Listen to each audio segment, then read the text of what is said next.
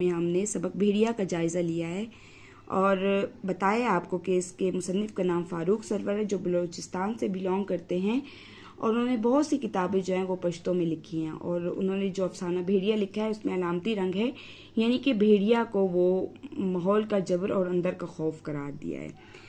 تو آگے ہم چلتے ہیں۔ میرا ساتھی اب آزاد ہے، یعنی کہ اس نے اپنے بھیڑیا کو مار دیا ہے، اس نے اپنی بہادری سے آزادی حاصل کر لی ہے، لیکن میں ابھی تک اس پر پرانے عذاب میں مبتلا ہوں اور خود کو اس کوس رہا ہوں۔ میرا بھیڑیا اب پہلے سے زیادہ خوفناک ہو جاتا ہے، وہ وحشی بن چکا ہے اور ہر وقت درخت سے ٹکراتا ہے۔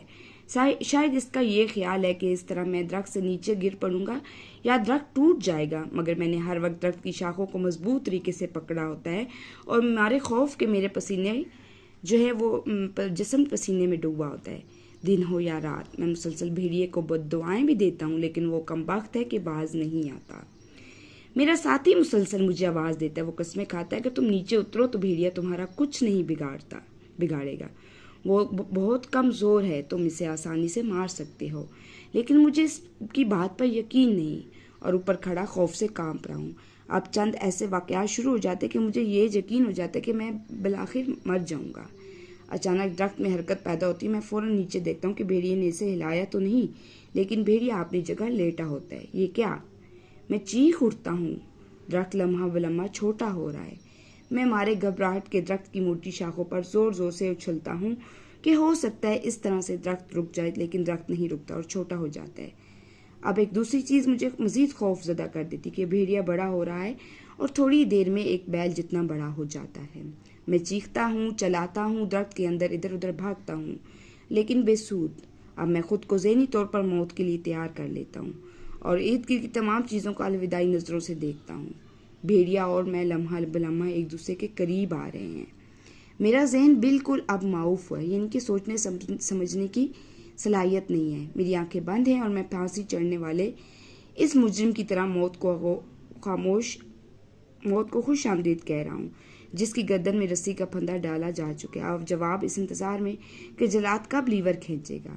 میں اس وقت اگر کوئی آواز سن رہا ہوں تو وہ صرف میرے ساتھی کی ہے، جو نیچے سے مجھے بلا رہا ہے۔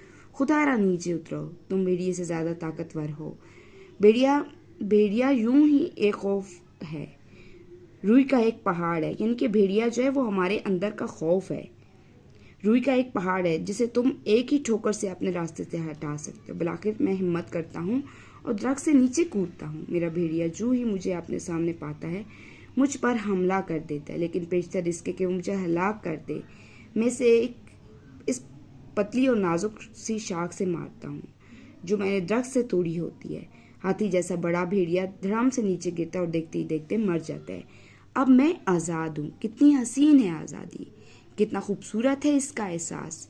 میں خوشی سے چیخ اٹھتا ہوں، رقص کرتا ہوں، دیوانوں کی طرح اچھلتا ہوں۔ کچھ دیر کے بعد جب میرا جوش کچھ کم ہو جاتا ہے تو میں اپنے ساتھی کی طرف دیکھتا ہوں تاکہ اس کا شکریہ ادا کروں، لیکن میرا ساتھی اپنی جگہ پر موجود نہیں ہے۔ میں جب ارد گرد دیکھتا ہوں تو حیران رہ جاتا ہوں۔ میرے چاروں طرف بے شمار درخت ہیں، ہر درخت میں کسی نہ کسی شخص نے پناہ لے رکھی ہے اور اس کا بھیڑیا غرا رہا ہے۔ اب میں زور سے ہنستا ہوں، کہکے لگاتا ہوں، ان سادہ اور معصوم لوگوں کی طرف بڑھتا ہوں جو ناحق اپنے بھیڑیوں سے خوف زدہ ہے۔ تو عزیز طلباء و طالبات، اگر ہم اپنے ملک کے حالات کی طرف نگاہ دوڑائیں تو ہمارے میں ہر ایک جو ہے فرد وہ بھیڑیا کا شکار ہے، وہ خوف کا شکار ہے۔ اگر ایک صوبے میں کچھ اس کے پاس ذرائع ہیں تو دوسرے صوبے نے یا حکومت نے ناحق ان پر قبضہ کر رکھا ہے، اور عوام جو ہے وہ تھر کے علاقوں میں، ریگستان کے علاقوں میں بھوکے پیاسے مر رہے ہیں، جن کے پاس روٹی کپڑا اور مکان تک بیسک ضروریات، بنیادی ضروریات تک نہیں ہیں۔ لیکن کیا ہے کہ ہمارے جو عوام اور حکمران ہیں یہ اپنے گھروں کے لیے، اپنے مفاد کے لیے آپس میں ایک دوسرے سے لڑ رہے ہیں، اور یہ تب ہی ہے جب کہ ہم ان کے غلام بن کے بیٹھے ہیں۔ اگر ہم آزادی چاہتے ہیں تو ہمیں اپنے اندر کے بھیڑیے کو، یعنی کہ ہمیں اپنے اندر کے خوف کو مارنا ہوگا، ہمیں ان طاقتوں سے لڑنا ہوگا، ان بڑی بڑی طاقتوں سے، اور تبھی ہم آزادی حاصل کر پائیں گے۔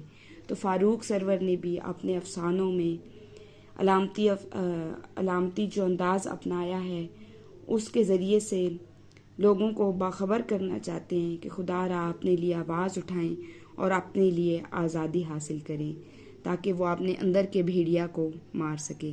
امید ہے آپ کو آج کا سبق جو ہے وہ اچھے طریقے سے سمجھ آ گیا ہوگا۔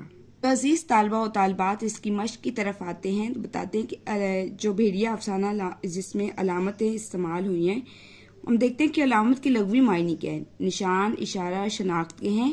ادبی اصطلاح کے طور پر اسے علامت کہتے ہیں جب کسی شے کا حقیقت کو کسی مجازی مفہوم یا معنی میں ادا کیا جائے، یعنی کہ ہم اپنی آواز تو اٹھا رہے ہیں لیکن ہم جو ہے وہ حقیقی معنوں میں ہم ڈر رہے ہیں، اور مجازی معنوں میں اشارتاً ہم جو ہے اپنی آواز دوسروں تک اگر پہنچانا چاہتے ہیں تو ہم علامت یوز کرتے ہیں۔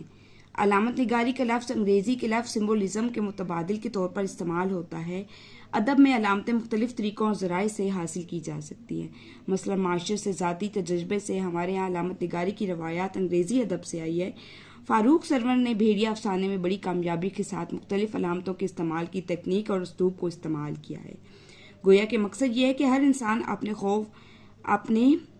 خوف کے خول میں بند ہے، لیکن اس خوف پر قابو پانے کے لیے تھوڑی سی ہمت درکار ہے، پھر یہ بھیڑیا اپنی موت آپ مر جائے گا۔ الغرض انسان کوشش اور ہمت کرے تو اپنے اندر کے خوف کے بھیڑیے کو بآسانی مار سکتا ہے۔